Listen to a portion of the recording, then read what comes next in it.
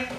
Questions for Garrett? So Garrett, don't want to focus on it, but the emotions, I mean, your grandfather passing, I guess you were down there this week. So just talk about the emotions of his passing. Yeah, you know, he was an incredible man that did a lot in his life. You know, he served in the Korean War. He got his doctorate from Alabama. You know, he's a Hall of Fame baseball coach. So he really meant a lot to me, and you know, he's kind of the cornerstone of our whole family. So losing him was tough, but you know, I was able to go down and see him while he was still alive on spring break, which was kind of left me at peace with the whole thing. So, you know, his legacy is gonna live on through me. Now you come back and you jump right back into this. So your first day out there today, Yeah. you feel like you just picked right back up? Or first day of practice always a little rusty? Yeah, on some things. You know I missed some deep balls that, you know, I think later in the spring, you know, I'm not going to miss. Just kind of getting back on the same page with, you know, having the wideouts run routes against DBs and stuff, which is something that will just come with time. How has the offseason been for you, and even to this point now? Because I guess where I'm going with that, you're getting on a lot of lists as one of the best quarterbacks in the country now, whereas last year you were fighting even to be the starter and having to prove people that you could even do it. So mentally, the perception of you is a total 180. Yeah. How do you stay focused? How do you tune that out? And how is it different now when you have expectations? Yeah, I think before kind of surprising. Just keeping the main thing. You know, last year I was focused on helping this team win. And this year that's my main goal as well. You know, I have to get better. Last year was an all right year. You know, I didn't perform at the level, you know, I thought I should have. So that's what this offseason's kind of been about, is, you know, finding my weaknesses. We found those early, and then working these last 2 months to correct those. You mentioned accuracy. What does that entail for you this spring? A lot of it's just body position and consistency. You know, I think we watched the cut-ups last year of, you know, all the pass plays, and, you know, really the inconsistencies in my drop really showed up, and that's what caused the inaccuracies. So I think just kind of honestly going back to fundamentals of basic drop mechanics, and, you know, timing the drops up to the routes. You guys won 9 games last year, yet you didn't really get Zaheem going till you know, the middle of the season. You had the early season injury. I mean, this team probably had more in it than 9 wins, didn't it? Yeah, I think we underachieved last year. You know, I think that team was a 10-11 win team for sure. And you know, that's kind of the next step that we have to take. And you know, it was easy to go from, or not easy, but it's easier to go from 5 wins to 9 wins. But now it's really damn hard to go from 9 to 11 wins. So that's kind of been the focus of our offseason, even starting with Coach Mike, is getting bigger, faster, stronger, and really striving to take that next step. Is that accuracy improving on that? Is that your biggest focus, or are there other areas you want to improve on? Yeah, I think that's kind of the main focus for this spring for me is accuracy. And you know, it was only my first day, and we weren't in full pads, so it's kind of too early to tell with that. But you know, all off season and throwing with the guys, I felt really good. So hopefully I can just keep getting better at that. So what's a realistic completion percentage, knowing that you do take shots? Yeah, I think you know, in the season, you know, I want to be in the 70s. High 60s is the bottom floor. Like 68%. 68% is the bottom floor for me. I want to be up there in the 70s. I'm assuming that's not just a number where you're throwing the ball, especially on those short routes, tight ends, backs, things like that, setting that up so they can quickly, you know, transition to being a runner. Yeah. Is that something that you go back, look at, film study, figure out how to get those balls in better spots? Yeah, I think Coach TA has done a great job of kind of outlining the points of emphasis this spring, and that's one of them is precision accuracy. You know, letting the ball take them to where they don't have to break stride and they can just run through balls, and you know, 8 to 10 yards, you know, on some of the deeper balls is the difference between here and here. So that's kind of been a big point of emphasis for us. Brown talked about the work you did in the offseason here, but he also talked about quarterback country work. What have they done for your game this offseason? Yeah, quarterback country is ran by a guy named David Morris. Me and him have been working since since freshman year. And this offseason, we kind of, with Coach Brown, TA, Coach Morris, and myself, we kind of went all in on, focusing on the fundamentals, because he doesn't really teach schematics or stuff. He leaves that to the coaches in the building, but it's more so just fundamentals and, kind of going back to the basics of throwing. Good things about Jaden Bright. Anything in particular that stood out to you about him? What did you notice? Yeah, I think it kind of goes back to when he first got here in the winter. He's not really a really loud guy. He's kind of quiet, and he kind of just puts his head down and works. But I've been really impressed with him so far, and I think he's gonna do a lot to help us out this year. So with Zach and Doug gone, you're kind of the old guy in Yeah. the offense now. Is it a different feeling this year?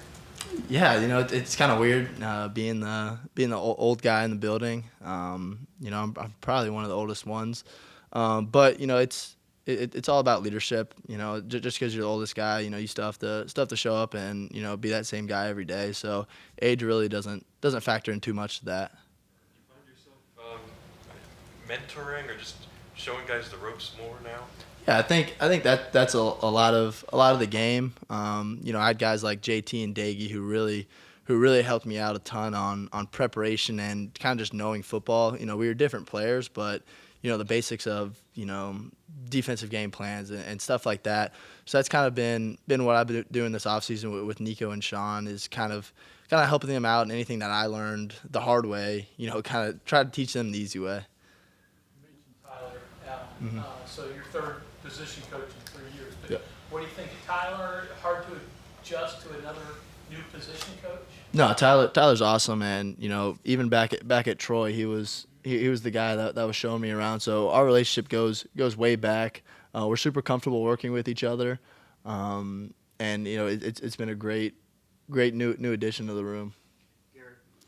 In addition to accuracy, Coach Brown did talk a lot about last year that there were times you need to be smarter, was a term that he used. Yeah. What does that mean to you, and how are you trying to work on being quote unquote smarter this year? Yeah, I think you can go back to, I think it was our first drive against Cincinnati. It was one of the first drives. And, I forced the ball to the left to Preston Fox, where, the kind of what I've been studying and stuff is, checking the ball down to Jaheim, letting him go, and then kicking the field goal after that, because I think it was third and 17 or something. It was a long shot, third down, but not really forcing the deep ball, but just taking what the defense gives you and checking the ball down and then getting away with points.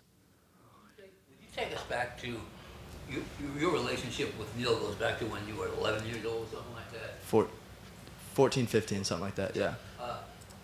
What that has meant to you, and what he's how you guys have developed. Yeah, I think our relationship is special. I'm super comfortable with him. He has a great relationship with my whole family, which is huge for me. Yeah, he offered me, I think, sophomore year after the season. So I don't know how many years that is. I'm aging myself, but yeah, no, we have a great relationship, and I think that allows us to work well together. Football put up that video yesterday of you on Twitter, and I saw that you retweeted and stuff. But the fan base seemed to be really behind that, and they're rooting for you and that sort of thing. How does that feel for you? Yeah, it feels good. That's a special thing about this state and this university, is that you really have 1.8 behind you, and that's what I fell in love with as a junior in high school, and I'm still in love with it today. Noticed the shorter hair. Any significance to the haircut there? Yeah, my mom. My mom, she lets me go wild child for the season, but when it's time to be professional and get back to work, she makes me cut it. So it's coming back, though. If anybody's worried, it's coming back. What do you think the cylinder of this team is this year? Obviously, get everyone back healthy and overall getting some key transfer pickups. What do you think the cylinder is? Yeah, I think it still is the offensive line. Wyatt Milam's the best left tackle in the country. Tomas is going to be one of the best left guards in the country. Brandon Yates played a ton of football. He's an unbelievable center. Jaquay Hubbard's played a lot of football. And Nick Malone is this is his dream.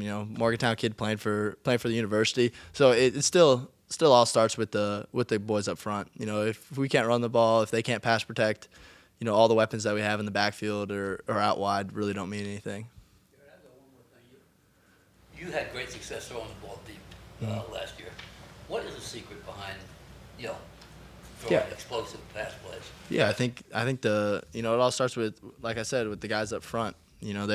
If they keep me clean, that gives me the ability to push the ball downfield. And then I think our wide receivers, as the year went on, did an unbelievable job of making contested catches downfield, and really separating from the DB that the throws could hit. What do you see when you're looking out there? I mean, you're looking at the field and you know that you're going to go deep, but Yeah, a lot of it's just like you just look at different field zones. If there's someone there, then you kind of work down the ladder. But every play is kind of independent on what I'm looking at. You see Dad's spring training game, or he was in Arizona. Yeah, he's out there. Probably didn't, or No. did you on spring break? No, because spring break I was down in Miami with my grandfather. So I watched. I think their Cubs game was televised, so I watched that. But I'm super excited for them. They have opening day, I think tomorrow, or the next day against the Mets, which will be cool. I'm super proud of him. He's kind of paid his dues, and I'm glad he's finally gotten to the big leagues. You look at their schedule, will you be able to get there some point this summer? Yeah, so that's kind of been what we've been working through, is kind of figuring out when the long weekends are going to be, and when I can just, after workouts Friday, fly out, catch a weekend series, and then fly back Sunday, because baseball is my first love, so it's always going to hold a special spot in my heart. Pittsburgh too now. Yeah, Pittsburgh's a given though, because I want to go to Wrigley. I think that's a bucket list, and then I want to go to see the Green Monster in Boston. It would be almost impossible for you to do both, but given the injuries of baseball, did that thought ever pop through your head? Hey man, I could pop over there and take a few cuts. Yeah, you're gonna have to ask Coach Brown about that one. That's above my pay grade. So. Still, with baseball being your first love, though. Oh yeah, no. I mean, I wish I could, but I'm a quarterback, so that's what I continue to plan on doing. Going back to Morris, how much do you work with him now? Because if you're home, you can probably see, you can go down there and see him. Are you sending clips or having phone calls with him? Or? Yeah, so let's see. I saw him once in January, once in February, and then I spent a couple of days on spring break down with him. But me and him are talking all the time. Like I'll send him clips from practice, and we'll hop on a call and kind of talk through some things. So I'll probably see him 3 or 4 more times before the season gets going, which is always nice. I don't know, suggesting comment about how do you make that work with Neil and Tyler, making sure everybody's on the same sheet music. Yeah, so they've been really great about communicating with him. They've kind of put it on David that whatever he wants to teach, and whatever he knows I should do, he's relaying that back up to Coach Brown and TA and stuff, that the coaching points that he gives down in Mobile, are transferred up here. So Neil and Tyler's more about results. I think they're just about getting better. Like it doesn't matter how many yards I throw for in spring ball. I think just getting better every day is kind of the point of emphasis. Like we're really not thinking about Penn State right now, because that's 157 days away. We're just focusing on today's Wednesday practice, and then. I meant more about results in terms of completing passes Oh, yeah. for you personally. Yeah, that's kind of the emphasis is just upping my completion percentage that it'll translate well in the game. Okay, thank you very Good. much. All right, thank you guys.